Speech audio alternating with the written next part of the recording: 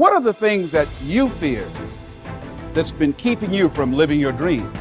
That's been keeping you from doing some things that you would like to do? Just think about those things.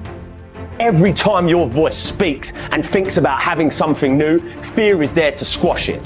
Every time you want to try something new, fear is there to squash it. Every time you want to go somewhere new, fear is there to squash it. The big problem I see in the world today is that too many people are letting fear always win these inner conflicts. What if you don't do it? What if you don't chase your dreams? What if you don't stand up for yourself? What if you do not step up to the plate and take that challenge? You have no idea of the breathtaking future that's on its way to you, that's asking you, please let me through. When you decide that you are good enough, when you decide you give yourself permission to have it all, have all the love, have all the health, when you give yourself permission, it's like the inside of your champion is saying, let me out. Fear forces evolution. Fear is good. Fear are instincts. Fear is the radar that tells you what you need to do, how to exist, and what's going to keep you alive. Fear can keep you in your comfort zone. It's safe there. You know what to expect, but nothing grows there. Life happens outside the comfort zone. So let's look at how we can begin to take some steps to restructure that fear, to begin to expand our visions of ourselves, to begin to increase our self-esteem. Webster said that self-esteem means confidence and satisfaction in oneself. Look at your life right now. Whatever you've done up to this point in time, your life is working. Whatever you have produced, it came out of you as a result of the kind of person that you have become. You have to be fearless. You have to be completely fearless and have utmost belief in whatever that feeling is inside you. It's all a mindset. It's how bad you want something, and nothing tastes better than when you've earned it. There's no better feeling than when you've earned it. So just start. Stop talking about it. If not now, when? If not you, then who? Listen, someone else is starting right now.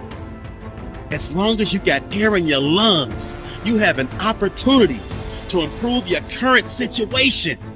So human up, accept the challenge, change your associations, and soon you will find yourself receiving accolades and congratulations.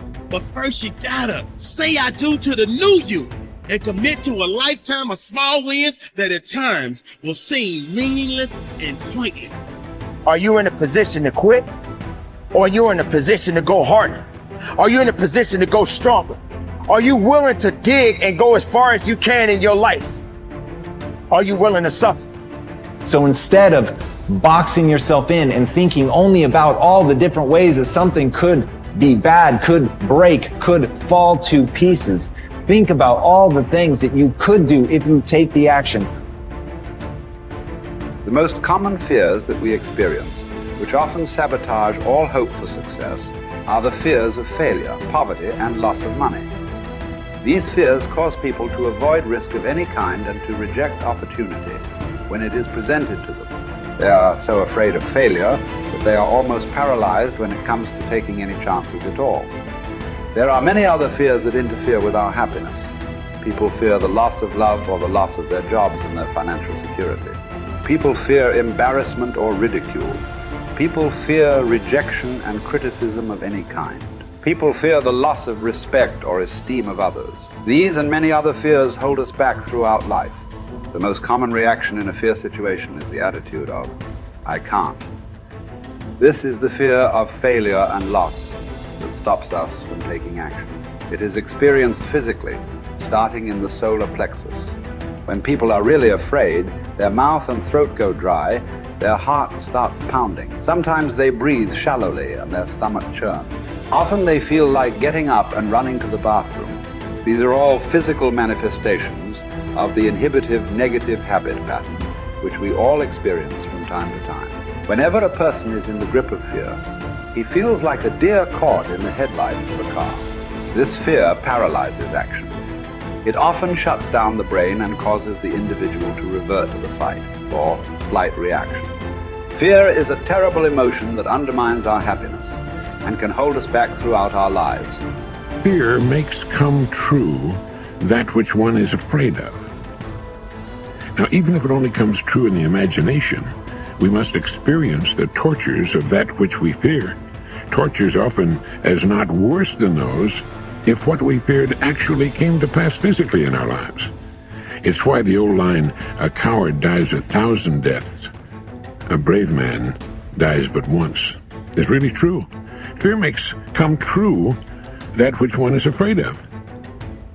If fear of something is held long enough, it may well bring on that which we fear, but it really doesn't make much difference because experiencing the fear is the same thing. That is, as far as our mind and body are concerned, it's actually happening over and over again, doing its inevitable damage to our physical bodies. Ralph Waldo Emerson said that fear is ignorance. Whenever we're afraid of something, I don't mean the perfectly natural, normal fears that work to keep us alive, but the gnawing, unreasoning, illogical, and neurotic fear of something. It's only because we don't know the real truth about it. If we did, the fear would vanish.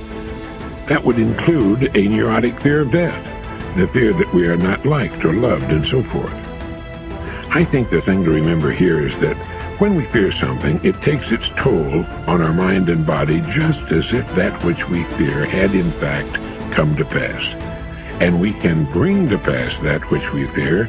If you want to change attitudes, start with a change in behavior. In other words, begin to act the part as well as you can of the person you would rather be, the person you most want to become. Gradually, the old fearful person will fade away. Dr. Frankl learned that by controlling his attitude, the concentration camp fell away. His mind was free to roam where he wanted it to roam, think about what he wanted it to think about. It was as free as the birds, freer really, for it could fly to the ends of the earth, to the ends of imagination in an instant. And so can yours, and so can mine. You need large amounts of self-discipline to deal courageously with all the fear-inducing events of your life. This is probably why Churchill said, "Courage is rightly considered the foremost of the virtues, for upon it all others depend." The fact is that everyone is afraid, and usually of many things. This is normal and natural.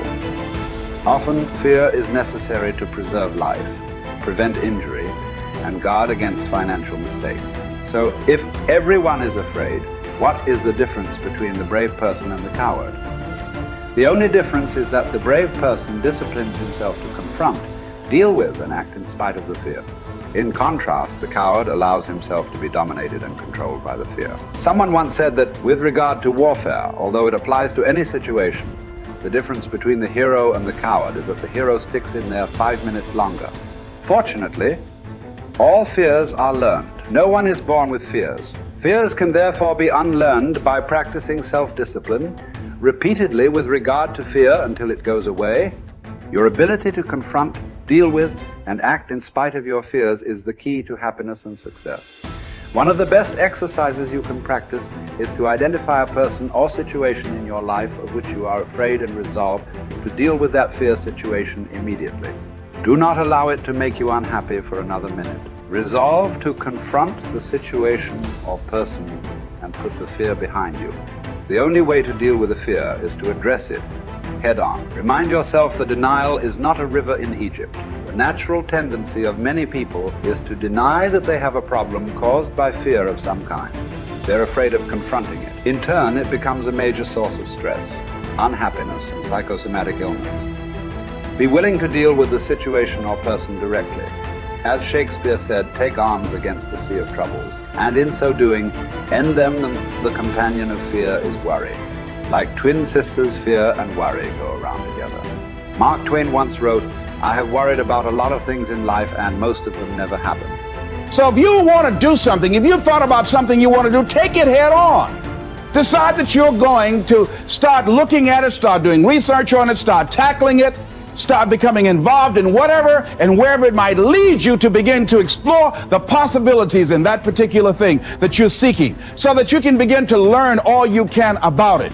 Decide that you're going to face it, that whatever shortcomings you have, that you're going to strengthen yourself there. Whatever training that's required, that you're going to go get that training, that you're going to get started right now. George Washington Carver would say, do what you can, where you are with what you have, and never be satisfied. S.B. Fuller used to say, and you heard Joe Dudley talk about, always strive to be more than that which you are. Yeah, don't get satisfied with yourself. Always know that wherever you are, you can enjoy more, that you deserve more. But most people, you know what they do? Most people go through life quietly and safely, tiptoeing to an early grave. Find out what it is you want and go after it as if your life depends on it. Why? Because it does.